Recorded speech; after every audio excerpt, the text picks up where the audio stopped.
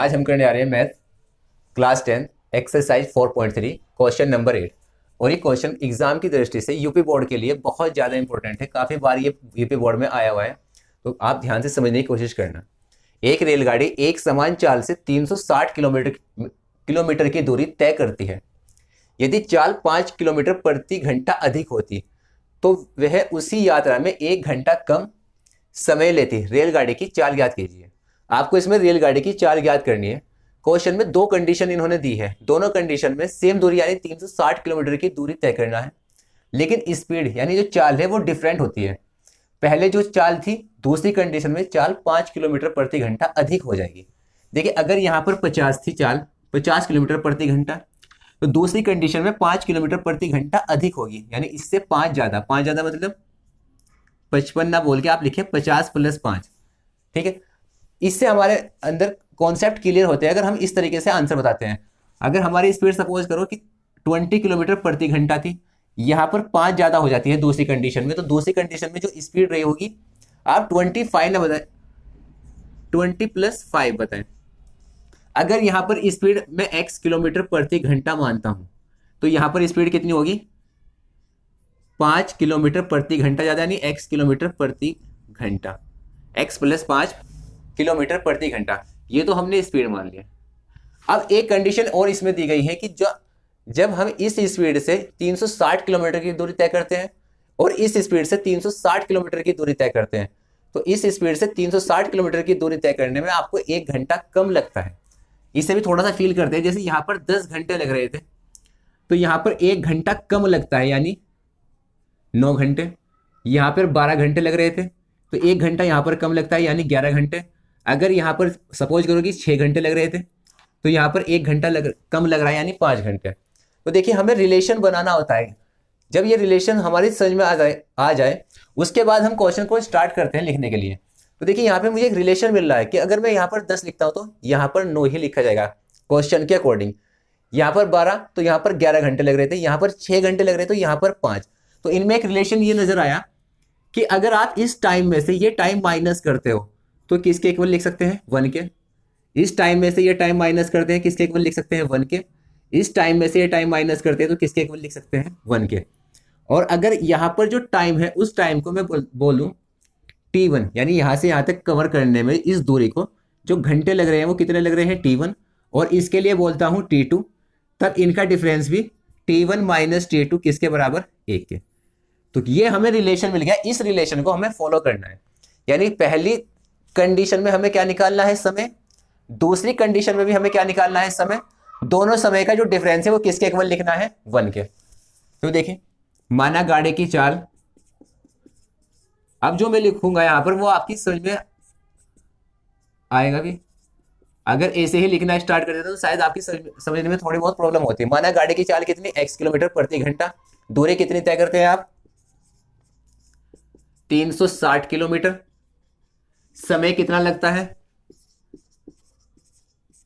देखिए दूरी बराबर एक फॉर्मूला होता है, दूरी बराबर क्या होता है चाल गुना समय।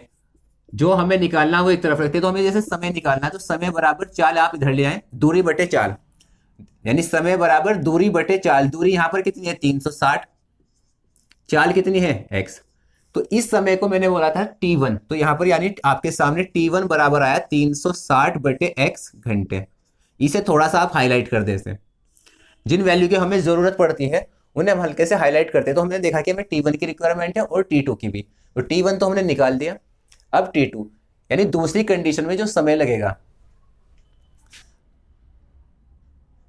जब हम स्पीड को यानी चाल को 5 किलोमीटर प्रति घंटा अधिक करते हैं, तो जो नई चाल आई हमारी नई चाल x + 5 किलोमीटर प्रति घंटा, दूरी वही थी जो कि 360 किलोमीटर, समय जो हमने डिनोट किया है T2 से, समय बराबर फॉर्मूला है दूरी बटे चाल, लिखा हुआ है समय बराबर दूरी बटे चाल। तो दूरी हमारे पास यहाँ पे कितनी है 360 किलोमीटर, चाल कितनी है x + 5, ये आ गया। अब यहाँ के बाद आपको पता है कि प्रश्नानुसार अगर आप T1 में से T2 माइनस करते हैं तो हम किसके इक्वल लिख सकते हैं 1 के इक्वल लिख सकते हैं। यही मैं यहाँ पर करूंगा अभी भाई। तो हम लिखेंगे प्रश्नानुसार T1 minus T2 equal 1। प्रश्नानुसार T1 minus T2 equal 1। T1 की वैल्यू 360 बटे एक्स, माइनस का निशान लगाए, sorry T1 minus T2, 360, T2 की वैल्यू है 360 बटे एक्स प्लस 5 बराबर 1। देखिए यहां पर भी भिन्न बनी, यहां पर भी भिन्न बनी, इस भिन्न को हम सोल्व करेंगे। तो देखिए सॉल्यूशन का सबसे आसान तरीका यह होगा कि सबसे पहले आप 360 कॉमन लें तो कैलकुलेशन आसान हो जाएगी। 360 हमने यहां से कॉमन लिया तो यहां पर रहा 1 अपॉन एक्स माइनस 360 आपने कॉमन लिया, 1 बटे में कितना एक्स प्लस 5, इधर ये का लिखते रहे 1। यहां पर आप इन दोनों का एलसीएम लेंगे, 360 तो आप ऐसे ही लिख दे। भिन्न को सोल्व करने का तरीका क्या है कि पहले हरों का एलसीएम आ जाएगा x गुना x प्लस 5, फिर इस x से ये x कैंसिल हो जाएगा, x प्लस 5 रहेगा, x प्लस 5 की गुना किसके साथ, 1 के साथ, तो ये आ जाएगा x प्लस 5 माइनस का निशान, x प्लस 5 से ये पूरा x प्लस 5 कैंसिल हो जाएगा, कितना रहा x की गुना किसके साथ, 1 की, तो आ जाएगा x बराबर किसके, 1 के। थोड़ा सा आप सोल्व करें, जैसे x से ये x कैंसिल प्लस और ये माइनस था, इन दोनों की आप गुणा करेंगे, 360 की गुणा किसके साथ हुई, 5 की, तो 36 पंजे 18 यानी 1800। और ये वाली वैल्यू आप दूसरी साइड लेकर जाएंगे, डिवाइड जो अपॉन में लिखी हुई, साथ साथ में गुणा भी कर रहा हूं, यानी x की गुणा आपने x में की, एक्स स्क्वायर, x की गुणा फिर 5 में की तो 5x। इसके बाद बेटा आपको याद ये रखना है कि हमारे पास x की जो हमें वैल्यू निकालनी है उसमें द्विघात समीकरण हमारी बन गई।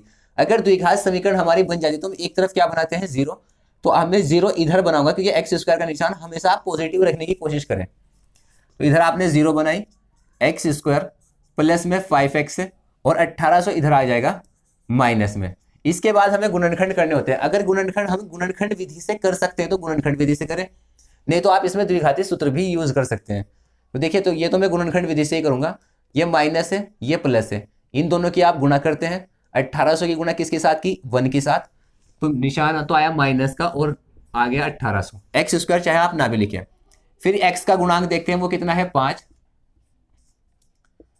तो दो नंबर अब इस तरह से ज्ञात करने की जिन्हें घटाने पर तो 5 मिले, गुणा करने पर 1800, तो ये हो जाएंगे 45,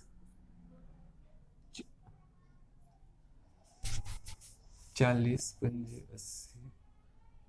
45, हमें 5 लाना है ना भैया।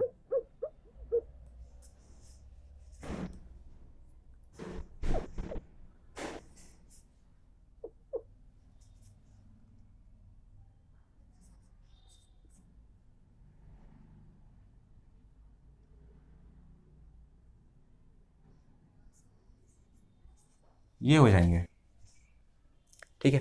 45 माइनस 40, 45 में से 40 गए 5, और 45 और 40 के अगर हम गुणा करते हैं तो 0 तो ऐसे आ गई, 4 पंजे 20 हासिल 2, 4 चौक 16 और 2 18, बिल्कुल ये हो जाएंगे। अच्छा, इसके बाद देखिए ये क्वेश्चन काफी लेंथी हो चुका है। अगर आप इसके फैक्टर गुणनखंड आप डायरेक्ट भी लिख दे तब भी इसके मार्क्स पे कोई इफेक्ट नहीं पड़ेगा। अगर ये आपके एग्जाम में 4 नंबर का क्वेश्चन आता है, 5 नंबर का क्वेश्चन आता है, इसके बाद आप इसके गुणनखंड डायरेक्ट लिख सकते हैं तो आपके फुल मार्क्स आएंगे। तो देखिए मैंने आपको स्टूडेंट बताया हुआ है कि अगर यहाँ पर गुणांक 1 है, गुणांक कितना है 1, तो हम इसके गुणनखंड डायरेक्टली लिख सकते हैं। यहाँ पर निशान है प्लस का और यहाँ पर निशान है माइनस का, तो जो दो नंबर मिलते हैं उन पर आप बड़े वाले पर तो लगाएंगे प्लस का निशान और छोटे वाले पर लगाएंगे माइनस का निशान, तो इसके फैक्टर हो जाएंगे। हमें 2 नंबर मिल गए थे, एक 45 था और एक 40 था, तो बड़े वाले पर तो मैं प्लस का निशान लगा देता हूं और छोटे वाले पर माइनस का निशान। ये इसके गुणनखंड हो गए, क्लियर। अब यहाँ के बाद दो संख्याओं का गुणनफल किसके बराबर है, 0 के। या तो पहली संख्या 0 के बराबर है या दूसरी संख्या 0 के बराबर है। आप चाहे तो इसे नोट कर सकते हैं। यहां के बाद आप यहां पर देख लें, यानी x प्लस 45 बराबर 0 या x माइनस 40 बराबर 0 के। यहां से हमें x की वैल्यू निकालनी है तो प्लस 45 आप उधर लेकर जाएंगे, निशान आया माइनस का, या यहां से x की वैल्यू निकालनी है तो माइनस 40 हो जाएगा तो निशान आया प्लस का। तो हमें दो आंसर मिले हैं, x इक्वल माइनस 45 और x इक्वल 40। ये आप लिखेंगे असंभव है, ये आंसर हो नहीं सकता। क्यों? क्योंकि एक्स जो हमने लिया हुआ है, एज्यूम जो एक्स हमने किया हुआ है वो क्या है, हमारी चाल, और चाल कभी भी माइनस में नहीं हो सकती, तो केवल हमारा एक ही आंसर सही होगा, यानी एक्स बराबर कितना, 40। तो गाड़ी की जो चाल थी 40 किलोमीटर प्रति घंटा, या ये हमारा आंसर हो गया। फिर इसके बाद स्टूडेंट हम इसका आंसर शीट में देखने की कोशिश करते हैं कि हमारा आंसर सही है गलत। इसके लिए मैंने आपसे बताया कि आप आंसर शीट में आंसर बाद में देखें, पहले इस वैल्यू को इस क्वेश्चन के अकॉर्डिंग देखें कि हमारा आंसर सही या नहीं है।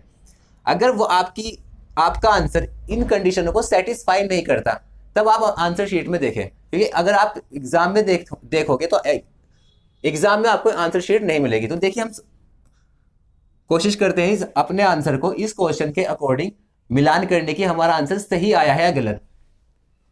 चाल है हमारी 40 किलोमीटर प्रति घंटा, 360 किलोमीटर की दूरी तय करती है, तो यानी समय आएगा पहली कंडीशन में दूरी बटे चाल, दूरी कितनी है 360 बटे में कितना है 40, ये जीरो कट जाएगी, 4 नीम 36, यानी 9 घंटे लगेंगे। फिर ये कहते हैं कि अगर हम चाल 5 किलोमीटर प्रति घंटा अधिक कर दें, यानी चाल 40 थी अब कितनी कर दी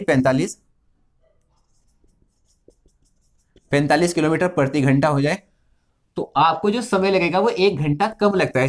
देख लेते हैं समय कितना लगा, समय बराबर दूरी बटे चाल, दूरी तो 360 ही है, चाल हो गई 45, 9 चौक 36, 9 पंजे 45, 5 अट्ठे 40। तो हमने देखा कि यहाँ पर हमें 9 घंटे लग रहे हैं और यहाँ पर 8 घंटे, यानी इसका मतलब ये होगा कि हमारा आंसर सही है। इसे तो आपको नहीं करना, आपको तो केवल आंसर यहाँ तक करना है। ये तो उसके लिए था कि अगर आप अपना आंसर मैच करना चाह रहे हैं। तो आई होप आपको समझ में आया होगा। Thank you for watching.